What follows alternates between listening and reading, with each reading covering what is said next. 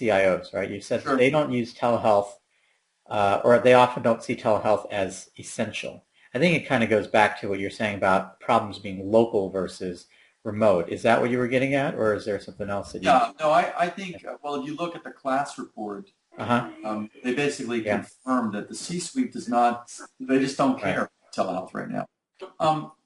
Again, if I were a CIO and running a healthcare organization, I would have to focus on first things first. Yeah. So the CIO is focused on meaningful use, EMR implementation, all those things that are overwhelming their world. Yeah.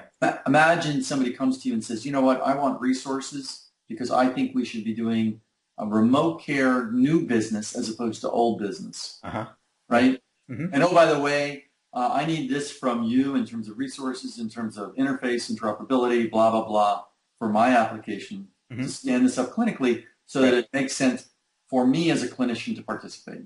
Sure. Yeah. And the CIO is going to look at me and say, I really appreciate what you're trying to do to build new business for the hospital. I'm struggling with old business. Mm-hmm. I'm struggling with things that if I don't get them done, my job is in danger, Mm-hmm. right? Yep. What would you do? I would Yeah. deploy my EMR. I would do meaningful use. Mm-hmm. And it is the truly innovative CIO Mm-hmm. and one that is given an opportunity to have an R&D budget Mm-hmm. that begins to look at how do I build new business, Mm-hmm.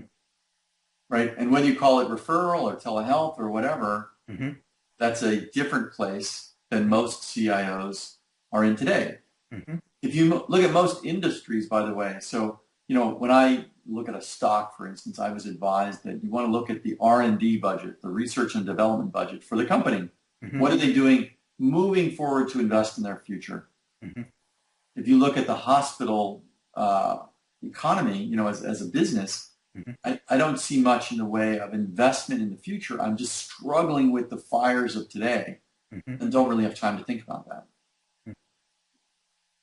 That is a tough struggle. Now, I mean, at the same time, there are people that are out there doing it, and you're saying that basically it's because either they've got that vision, they've got that flexibility, their job does not depend only on them succeeding with the day-to-day issues, but to an extent, maybe they're judged as well by how well they support the future.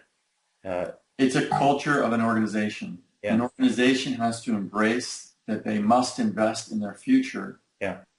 And I think today, most hospital systems are really struggling with the day-to-day. Yeah. So to bring them a new initiative, which is not core, they have to weigh it against their other imperatives. Yeah, that makes a lot of sense. I mean, it's very practical. So, well, let's get into a little bit about. So, but as an aside, Uh-huh. so what I'm suggesting to the people who work in the telehealth space, and I would tell you I hate that word telehealth because I think it conjures up old and clunky and unsustainable technology that hasn't delivered. Uh-huh.